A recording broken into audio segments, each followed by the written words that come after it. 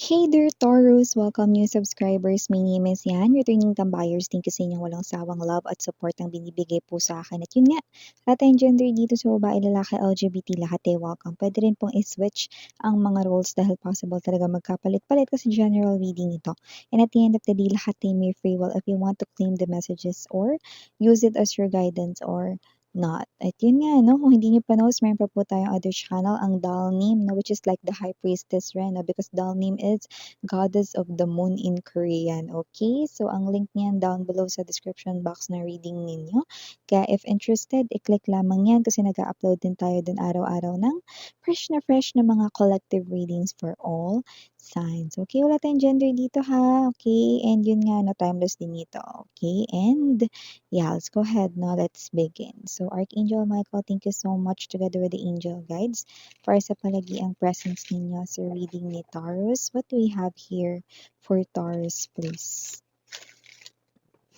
What does Taurus needs to know? Thank you so much everyone dahil lagi kayong nakatune in sa aking mga channels. Okay? Sobrang na-overwhelm talaga ang aking heart. Thank you so much. Sarang heyo, everyone. Taurus.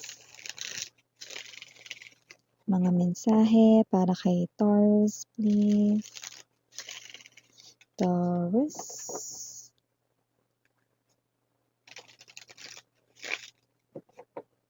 Okay, got it. So guys, you do have here the energies of the Seven of Cups, the King of Wands, King of Swords, Six of Cups, Ace of Coins, Nine of Swords, bottom of the deck, Six of Swords, Eight of Cups, Five of Coins.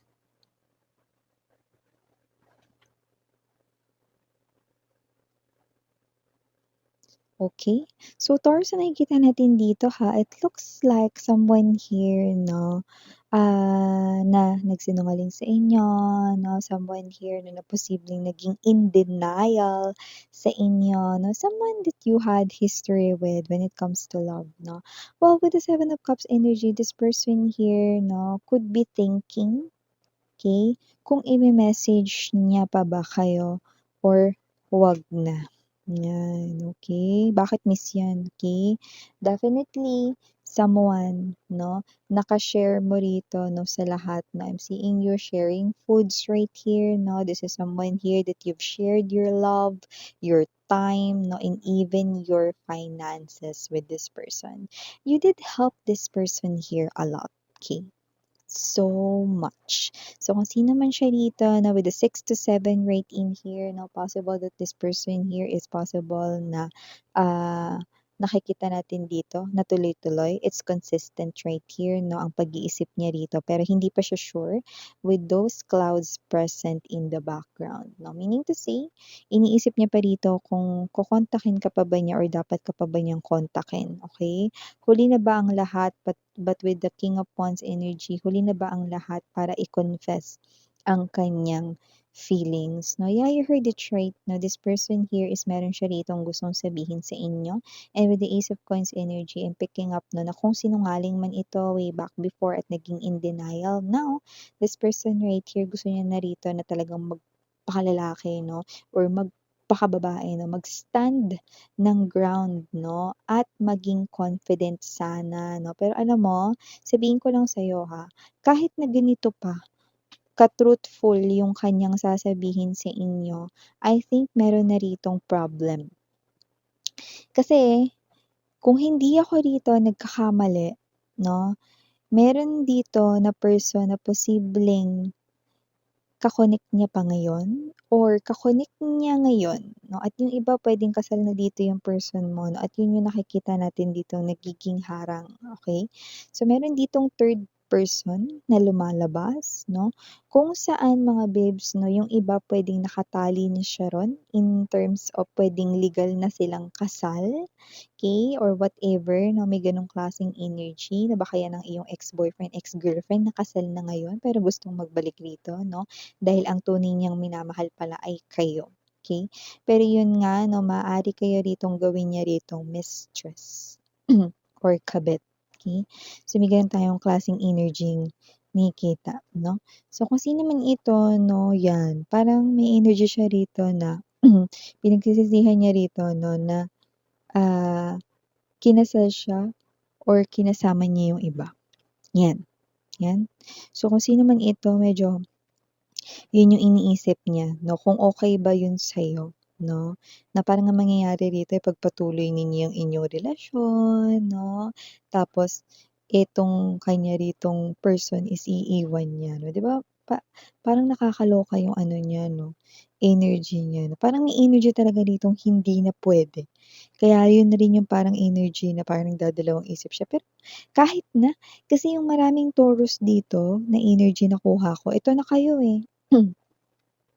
Ano ko baliw miss 'yan. Para bumalik ako diyan. 'Yan 'no. Alam mo sa lahat ng Ace of Coins energy, ito ang pinakamalaking coin. Ibig sabihin mga babes 'no, eto kayo na nakakagawa na kayo ng tuloy-tuloy na foundation sa sarili niyong buhay 'no.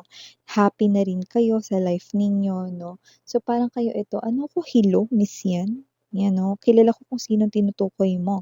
Never na akong babalik sa isang klase ng bangungot Nine of Swords energy sa tao na 'yan, okey? Tama ka 'no, kasi kung sino ito, okey, meron siya ritong malupitang ego na nakikita natin dito and at the same time, masyado siyang ma-pride, okey? At kahit na bumalik pa kayo if ever lang, 'di ba, na magdesisyon kayong gano'n 'no, yeah, yung napakalaking pride ng taong ito will definitely 'no, get in the way sa inyong dalawa pa rin. 'No? So, hindi ko nakikitang natanggal niya na yung pride niya 'no, malayo yun sa sabaw ng pusit. So, maliban diyan Taurus, nakita rin ako ng energy rito, in terms of your money.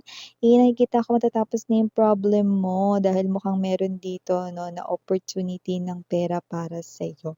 Mukhang ito ay opportunity na mukhang may kailangan ka ritong asikasuhin sa malayo or baka naman sa malayo itong opportunity na ito 'no. Pero nakikita natin dito mga babes na ito yung opportunity na talaga namang magbibigay rito ng dagdag savings sa'yo. Yung iba parang may sasadyain kayong tao, okey? So, may nakikita tayong ganyan, okey? So, nakikita natin dito na yun yung makakatulong sa'yo 'no, para, okey, makamit or ma-achieve itong opportunity na 'to 'no. Baka siya yung bridge, okey, or baka siya yung parang, um, tulay na parang what's this, in other words, parang siya yung main character 'no, na mag-o-offer sa'yo niyan or nagsabi sa'yo niyan 'no, gano'ng klase ng energy, okey? So, nakita rin pala ako ng energy rito na may bisita kayo, pero may energy kayo rito na parang ayaw niyo siyang papasukin or patuloyin. Eh, kung sino man 'tong energy na 'to, an energy here na parang familiar sa'yo, not your ex 'no, but someone here na puwedeng familiar sa'yo. Ayaw mo siyang patuloyin sa bahay mo kasi mga babes na parang one, puwedeng hindi niya deserve. Two, puwedeng hindi mo pa siya napapatawad baka may atraso 'yan sa'yo 'no, or three, ayaw mo lang siya rito na parang i-tolerate 'no, kasi baka 'pag pinatuloy mo siya 'no, inalok ng meryenda 'no, mag-isip siya rito ma-misunderstood niya na parang, ay okey na pala kay Taurus 'yun, ganyan 'no. So, may gano'n ring energy. So, yung mga binanggit ko, 'yun ang mga halo-halo ninyo ritong thoughts 'no, 'pag nakita ninyo ang face or pagmumukha ng pamilyar na taong ito. And yeah, speaking of travel 'no, meron rin tayo ritong biyahe here for you guys. Kung ano man 'tong biyahe na 'to magpapa-unwind dito magpapa-refresh ng isipan mo 'no. So, nakikita ko rito na kung ano man itong biyahe na 'to, hindi mo rito magagastos ng as in malaki 'no, hindi ka rito gagastos ng as in malaki 'no, kasi possible na itong biyahe na 'to is puwedeng baka libre ka diyan or konti lang yung iaambag mo or idadagdag mo. So, nakikita natin dito na kung ano man 'yan, puwedeng 'yan ay relaxation mode or biyaheng makakapagpatanggal ng stress mo, 'yan. Puwedeng may mga makasama ka rin dito like friends, mga special people sa life mo, mga ka-close mo, 'yan 'no. And speaking of, pera, okey, meron ditong shortage of money pero hindi sa energy niyo, pero maaaring nasa loob ng family niyo 'no. Kaya kung sino man 'tong energy na 'to maaaring manghingi 'to sa'yo parang kulang kasi yung pambili ko ng ganito, or kulang kasi yung pera ko para, magawa ko ito, Yung iba parang may kinalaman sa requirements or whatsoever, basta meron ditong energy na hindi siya hiram, parang penge. Well, a family member 'no, naman yung nakikita natin dito, okey? Para lang rin hindi ka na magulat, pero parang sa energy mo hindi na nakakagulat. Kasi parang sa family ninyo, parang ikaw yung mataas kumita ng pera or mas malaki yung income mo sa lahat. May gano'ng klase ng energy, okey? So, yeah 'no, hingi na lang 'no, para hindi bayaran, 'di ba? Kasi 'pag sinabi niyang utang, kailangan bayaran, so hingi na lang. So, may gano'ng klase ng energy. Oh, by the way 'no, meron pa tayo ditong pahabol message. Maaaring meron ka ritong friend 'no, na maaaring meron siya rito na posibleng gagawin at baka sabihin niya yun sa barkada, pero parang yung energy ninyo at nung inyo ritong mga other friends ay parang sigurado ba siya diyan? 'Yan 'no, parang may energy-ng gano'n, parang may energy rito na parang ayaw ninyo na gawin 'yun ng inyong friend 'no, or whatever the case may be 'no. Puwedeng kahit ano 'yan, example, puwedeng meron siya ritong gustong ligawan pero dahil, yung tao na 'yun na liligawan niya, kilala ninyo na hindi niyo masyadong bet para sa kanya, puwedeng 'yan 'no, or kasi alam niyo na yung tunay na ugali nun.